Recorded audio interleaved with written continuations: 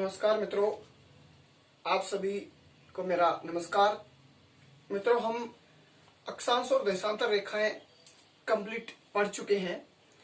इन रेखाओं से संबंधित मित्रों कुछ प्रश्न मैं आपके सामने लाने का प्रयास कर रहा हूं, जिनसे हमें प्रतियोगी परीक्षाओं में बहुत ही ज्यादा लाभ मिलेगा। तो देख लीजिए दोस्तों, सबसे पहले हम बात करें नंबर 1 प्रश्न की। 23.5 डिग्री उत्तरी अक्षांश क्या कहलाता है? तो 23.5 डिग्री उत्तरी अक्षांश क्या कहलाएगा मित्रों? कर्क रेखा या ट्रॉपिक ऑफ कैंसर कहलाता है। देखिए, ये जो हमारी पृथ्वी है, और इस पृथ्वी पर अगर हम दोस्तों बात करें कि ये पृथ्वी को दो समान भागों में विभाजित करने वाली जो रेखा होती है, वो कौन सी रेखा होती है? 0 डिग्री अक्षांश या भूमध्य रेखा होती है। और इस भूमध्य रेखा पर हमने बात किया था कि पृथ्वी का जो अक्षीय झुकाव है 23.5, उसके आधार पर दो रेखाओं का निर्धारण किया गया है। उत्तरी गोलार्ध में जो ये रेखा है 23.5 डिग्री उत्तरी अक्षांश, इसको कहा जाता है कर्क रेखा उत्तरी अक्षांश, और इसको क्या कहा जाता है? कर्क रेखा कहा जाता है। पहला प्रश्न हमारा ये था 23.5 डिग्री उत्तरी अक्षांश कर्क रेखा, यानी उत्तरी गोलार्ध में है तो कर्क रेखा। चलिए दोस्तों, दूसरे प्रश्न की ओर बढ़ते हैं। पृथ्वी 1 घंटे में कितना देशांतर घूमती है? हम बात कर चुके थे कि पृथ्वी पर 360 देशांतर होते हैं कुल, और समय जोन होते हैं कितने? 24। तो हमने दोस्तों देखा था कि जब 24 घंटों में पृथ्वी घूमती है कितनी? 360। तो 1 घंटे में घूमा 360/24 बराबर 15 डिग्री देशांतर। तो 1 घंटे में कितनी घूमती है? 15 डिग्री देशांतर। चलिए, अगला प्रश्न हमारा, विषुवत रेखा के समांतर काल्पनिक जो रेखा है वो क्या कहलाती है? ये जो विषुवत रेखा है, भूमध्य रेखा है, इसके जो ये सारी समांतर रेखाएं खींची जाएंगी, ये सभी समांतर रेखाएं क्या कहलाएंगी?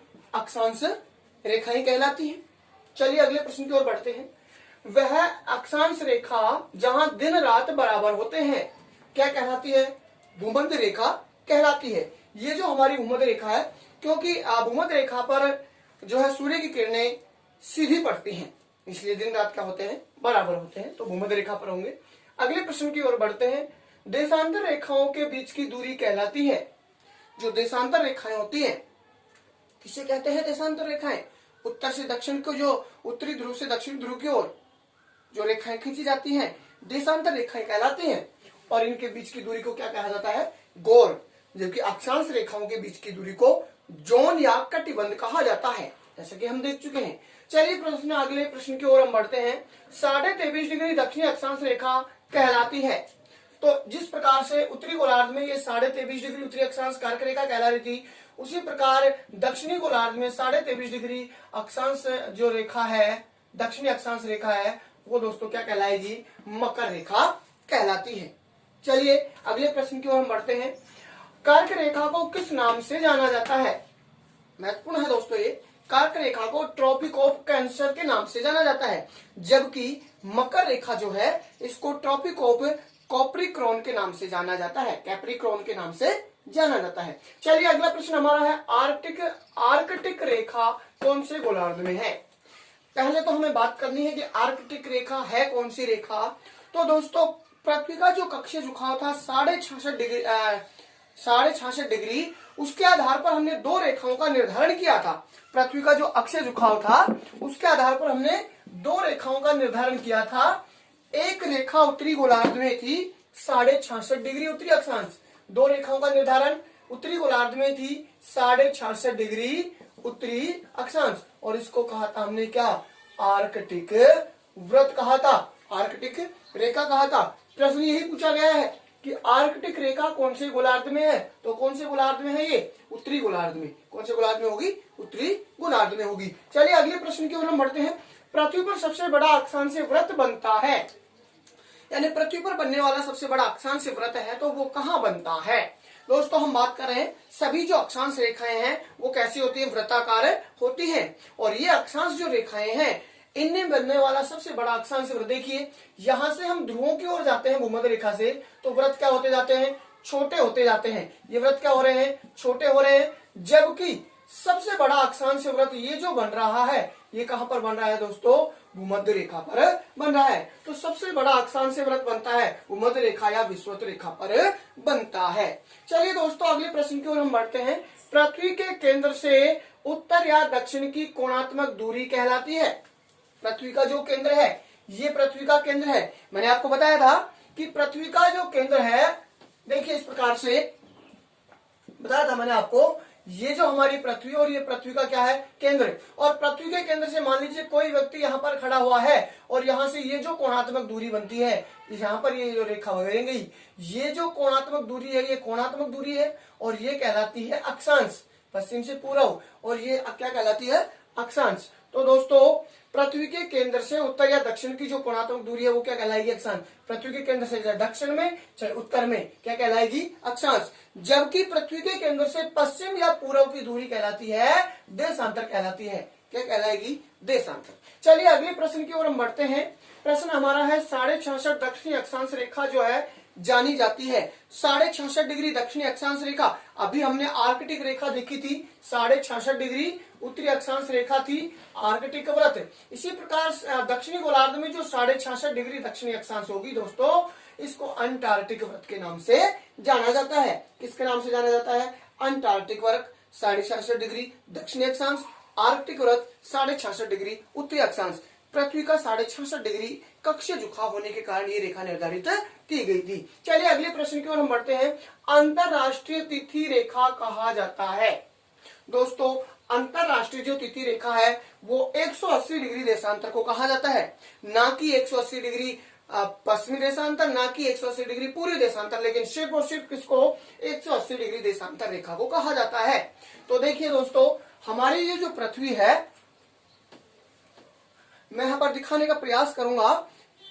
यहाँ पर हम देखने का प्रयास करेंगे कि ये जो हमारी पृथ्वी है और इस पृथ्वी पर ये जो 0 डिग्री देशांतर रेखा है, यहाँ पर अगर हम बात करें तो दोनों गोलार्धों में 180 यानी 180 जो होगी यहाँ पर है, और 180 डिग्री देशांतर रेखा है, इसको क्या माना गया था?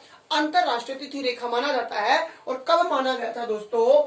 1884 का वाशिंगटन में जो सम्मेलन हुआ था, उस वाशिंगटन सम्मेलन में इसको अंतरराष्ट्रीय तिथि रेखा माना गया था। दिनांक तिथि यानी घोषित करने के लिए, तय करने के लिए इस रेखा का निर्धारण किया गया था। हम पढ़ चुके हैं इसको पिछली क्लास में, आप देख सकते हैं मेरी 180 डिग्री देशांतर रेखा, इसके बारे में पूरा विवरण मैंने करवा चुका हूं। चलिए दोस्तों अगले प्रश्न की ओर हम बढ़ते हैं। दो देशांतर रेखाओं के बीच की अधिकतम जो दूरी है वो भूमध्य रेखा पर होती है, लेकिन कितनी होती है? दोस्तों हम बात करें कि ये जो हमारी पृथ्वी है और ये पृथ्वी मान लीजिए ये जो भूमध्य रेखा है, और इस प्रकार से ये क्या होती है? देशांतर रेखाएं होती हैं। ये भूमध्य रेखा, ये तो है भूमध्य रेखा, और ये क्या होती है? देशांतर रेखाएं होती हैं। हम अगर देखना चाहें तो देशांतर रेखाओं के बीच की दूरी दिखाई दे रही है आपको सबसे ज्यादा कहाँ होती है? भूमध्य रेखा। भूमध्य रेखा से ध्रुवों की ओर जाने पर देशांतर रेखाओं के बीच की दूरी क्या हो जाती है? न्यूनतम होती जाती है। तो सबसे ज्यादा कहां पर होती है दोस्तों? भूमध्य रेखा पर होती है, लेकिन कितनी होती है? तो ये सबसे ज्यादा 111.32 किलोमीटर होती है। कितनी होती है तो मित्रों? 111.32 किलोमीटर होती है। और कहां पर होती है? विषुवत रेखा या भूमध्य रेखा पर होती है। दो देशांतरों के बीच की दूरी सर्वाधिक। अगले प्रश्न की ओर हम बढ़ते हैं। सूर्य की जो किरण है 1 डिग्री देशांतर को पार करने में कितने मिनट का समय लेती है? यानी कितना समय लेती है? तो दोस्तों कितना समय लेती है? 4 मिनट का समय लेती है। मैंने आपको बता दिया था। हाँ जी, प्रश्न नंबर हमारा जो 15 है, अगला प्रश्न, जूलू समय रेखा किसे कहा जाता है? यानी जूलू समय जो रेखा है ये मित्रों किस रेखा को जूलू समय रेखा के नाम से जाना जाता है?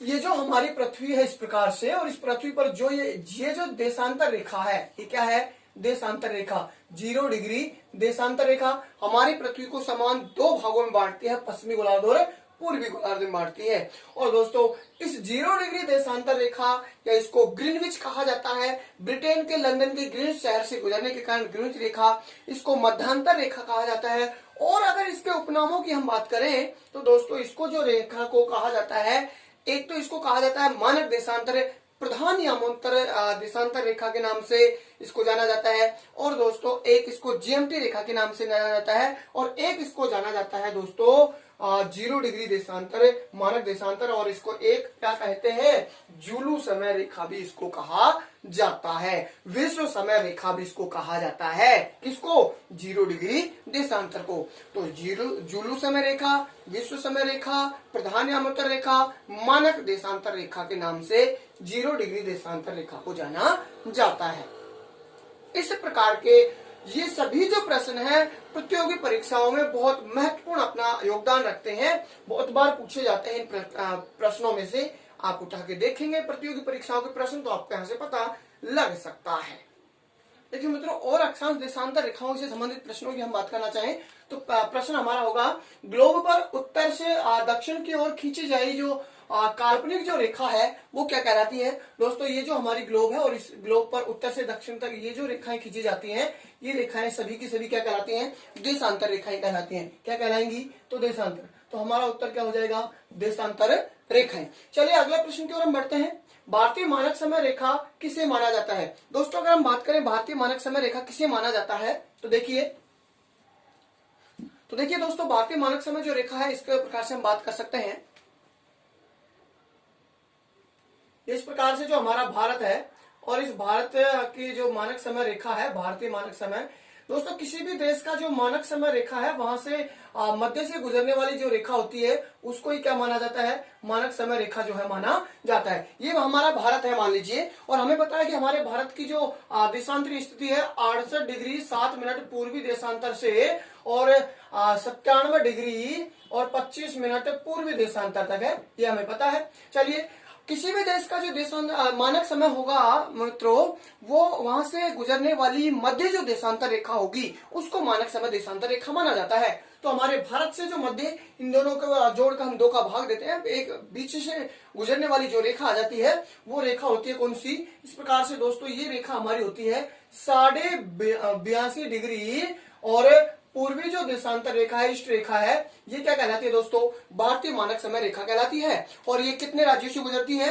ये 5 राज्यों से गुजरती है मित्रों। सबसे पहले यहाँ पर आता है ये उत्तर प्रदेश, इसके बाद में आता है मध्य प्रदेश, इसके बाद में आता है छत्तीसगढ़, छत्तीसगढ़ के बाद में उड़ीसा, उड़ीसा के बाद में आंध्र प्रदेश। इन 5 राज्यों से होकर ये गुजरती है। चलिए अगले प्रश्न की ओर हम बढ़ते हैं। अगला प्रश्न हमारा है, शरद विषुव कब होता है? तो दोस्तों ये है जो हमारी पृथ्वी है, देखना चाहें हम पृथ्वी पर ये जो भूमध्य रेखा है, और इस भूमध्य रेखा पर हम बात करें, एक होता है शरद विषुव और एक होता है बसंत विषुव। देखिए दोस्तों, पृथ्वी पर जो सूर्य की किरणें सीधी पड़ती हैं भूमध्य रेखा पर पड़ती हैं, और भूमध्य रेखा पर पड़ती है कब? 23 सितंबर। कब पड़ती है मित्रों? 23 सितंबर। और 23 सितंबर को क्या कहा जाता है? शरद विषुव जो है कहा जाता है। इसके बाद में दक्षिणी गोलार्ध की ओर जो है भूमध्य किरणें जो है प्रवेश करती हैं, तो 23 सितंबर को क्या कहलाता है? शरद विषुव। जबकि अगर हम बात करें 21 मार्च, इस दिन भी पृथ्वी पर सूर्य किरणें भूमध्य रेखा पर सीधी पड़ती है, और इसको दोस्तों कहा जाता है क्या? बसंत विषुव कहा जाता है। क्या कहा जाता है इसको? बसंत विषुव। 21 मार्च बसंत विषुव और 23 सितंबर शरद विषुव के नाम से जाने जाते हैं। अगले प्रश्न की ओर हम बढ़ते हैं। पृथ्वी पर उत्तरी गोलार्ध में सबसे बड़ा दिन कब होता है? दोस्तों ये जो हमारी पृथ्वी है भूमध्य रेखा के उत्तर में ये जो होता है 23.5 डिग्री उत्तरी अक्षांश, हम बात करना चाहें तो पृथ्वी पर उत्तरतम अक्षांश जिस पर सूर्य की किरणें सर्वाधिक सीधी पड़ती हैं, तो कौन सा होगा मित्रों? 23.5 डिग्री उत्तरी अक्षांश। पृथ्वी का उत्तरतम अक्षांश, उत्तरी गोलार्ध का सबसे उत्तर अक्षांश जो होगा 23.5 डिग्री होगा, जहां पर सबसे सीधी किरणें पड़ती हैं सूर्य की 23.5। और ये दोस्तों जो 23.5 है इस पर सीधी किरणें पड़ती हैं कब?